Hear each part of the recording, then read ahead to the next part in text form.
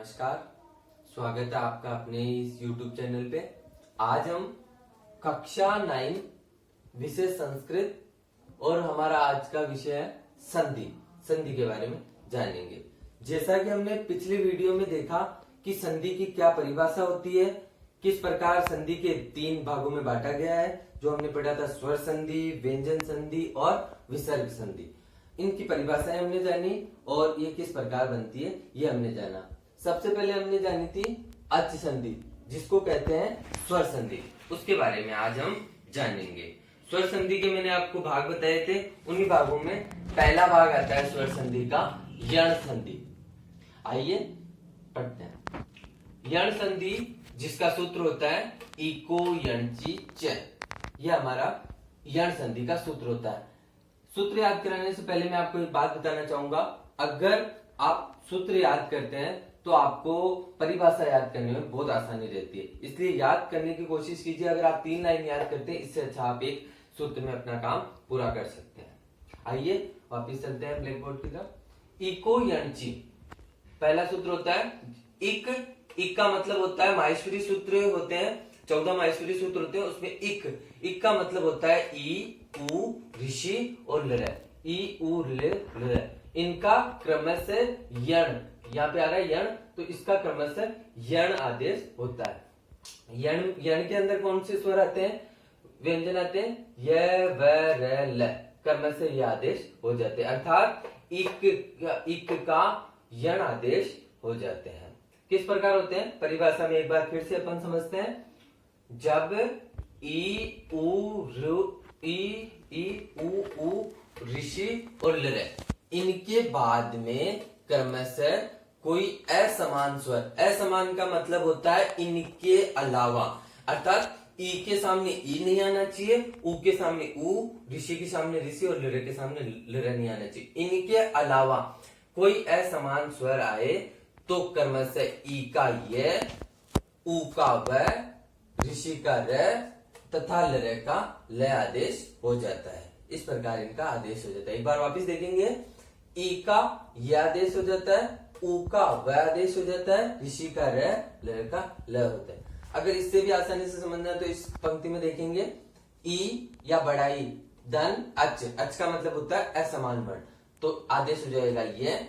उ बड़ाऊ धन अच, अच का मतलब होता है असमान वर्ण, जिसका आदेश हो जाएगा व। ऋषि छोटा बड़ा धन असमान वर्ण, अच का मतलब असमान वर्ण, जिसका आदेश हो जाएगा र, और लृ धन असमान वर्ण, जिसका आदेश हो जाएगा ल। इसको समझने के बाद उम्मीद करता हूं आपको यण संधि समझ में आई होगी। आइए कुछ उदाहरण से समझते हैं। अति, पहला उदाहरण है अति धन उत्तम। यहां पर देखिए त के एंड में आ रहा है ई और नेक्स्ट आ रहा है उ, यानी ई के बाद में क्या आ रहा है उ, ई धन असमान वर्ण, तो आदेश क्या हो जाएगा दोनों के मिलाकर ये। तो यहाँ पे अपने आदेश हो जाएगा अति धन उत्तम अत्युत्तम। दूसरा आता है इति धन आदि। यहाँ पे ई और आ मिलकर के बन जाएगा या। एक बात ध्यान दीजिएगा, अगर आ हो तो आदेश भी दोनों का, जैसे व के बाद में यहाँ पे अगर असमान वर्ण आ हो तो आदेश भी वा होगा, तो यहाँ पे इति आदि बन जाएगा अपना शब्द इति आदि। अगला है प्रति धन एकम। ई और ए मिलकर के बन जाएगा ये, तो अपना शब्द बन जाएगा प्रत्येकम। अगला है अनु धन अय। यहाँ पे उ और ए मिलकर के क्या बन जाएगा व, तो अपना शब्द बन गया व। वधु धन आगम। उ आ मिलकर के क्या बन जाएगा वा, तो अपना शब्द बनेगा वधवा गम। अगला है मधु धन अरि। उ ए मिलकर के क्या बन जाएगा व, तो अपना शब्द बन जाएगा मधुवरी। ये 3 उदाहरण तो है ये, अर्थात इसके अगले वाले उ के है 3 उदाहरण, ये 2 उदाहरण है ए के और ये है ल के, र और ल। ये 2 समझ में आगे उम्मीद करता हूं। आगे पढ़ते हैं। 7वां नंबर का है पितृ धन ए। यहाँ पे ऋषि और बाद में असमान वर्ण ए आया, इसलिए बन गया पित्रे। त र दोनों का ये संयुक्त वर्ण होता है त्र, तो पित्रे। यहाँ पे रह गया। मातृ धन आज्ञा। मात्रा ज्ञा, इसका शब्द बन गया।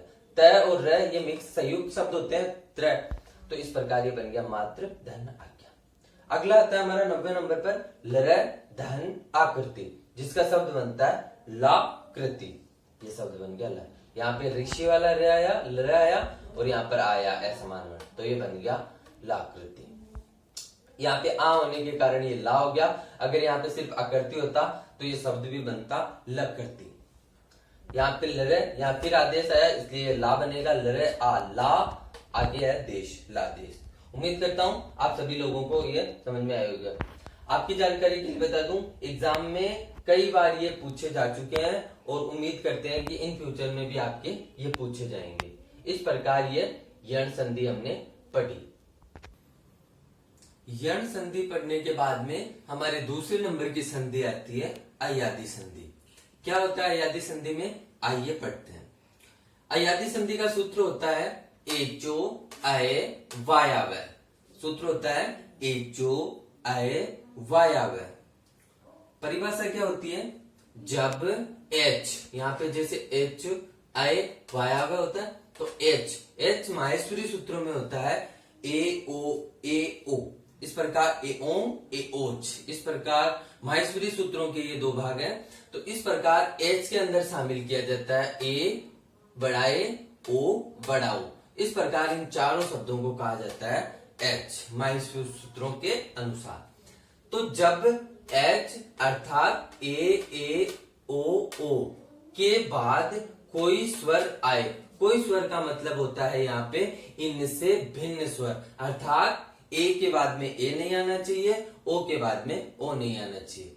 इस प्रकार अन्य स्वर आए तो ए का आय, ध्यान दीजिएगा, बड़े ए का आय, ओ का आव और बड़े ओ का आव आदेश हो जाता है। एक बार फिर से देखिए, यहाँ पर यहाँ से शुरू होते हैं हम ए, ये छोटा ए है तो छोटा ए का आदेश होगा अय, असमान वर्ण के बाद। उसके बाद में बड़ा ए आए तो उसका आदेश होगा आय। उसके बाद में अगर छोटा ओ आए तो उसका आदेश होगा सिर्फ अव, और अगर बड़ा ओ आ जाए तो उसका आदेश होगा आव। इस प्रकार हमें परिभाषाओं को ध्यान रखनी है। एक बार वापस परिभाषा पढ़ते हैं। जब एच यानी ए ओ के बाद कोई स्वर आए तो क्रमशः ए का अय, बड़े ए का आय तथा ओ का आव एवं ओ का आव आदेश हो जाता है। ये ए का आय, ये बड़े ए का आय, ओ का आव, बड़े ओ का आव, इस प्रकार आदेश हो जाते हैं। आइए कुछ उदाहरणों से हम समझते हैं। पहला उदाहरण आता है ने धन अनम। तो यहाँ पर ए आ रहा है, ये बताइए छोटा है या बड़ा? हाँ, यह है छोटा।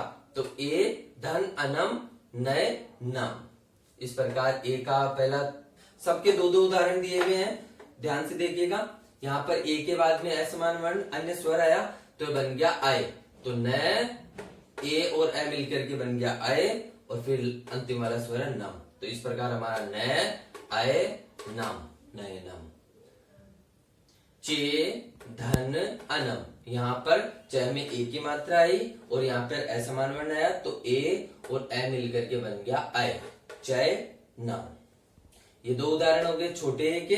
अब हम पढ़ेंगे ओ के उदाहरण।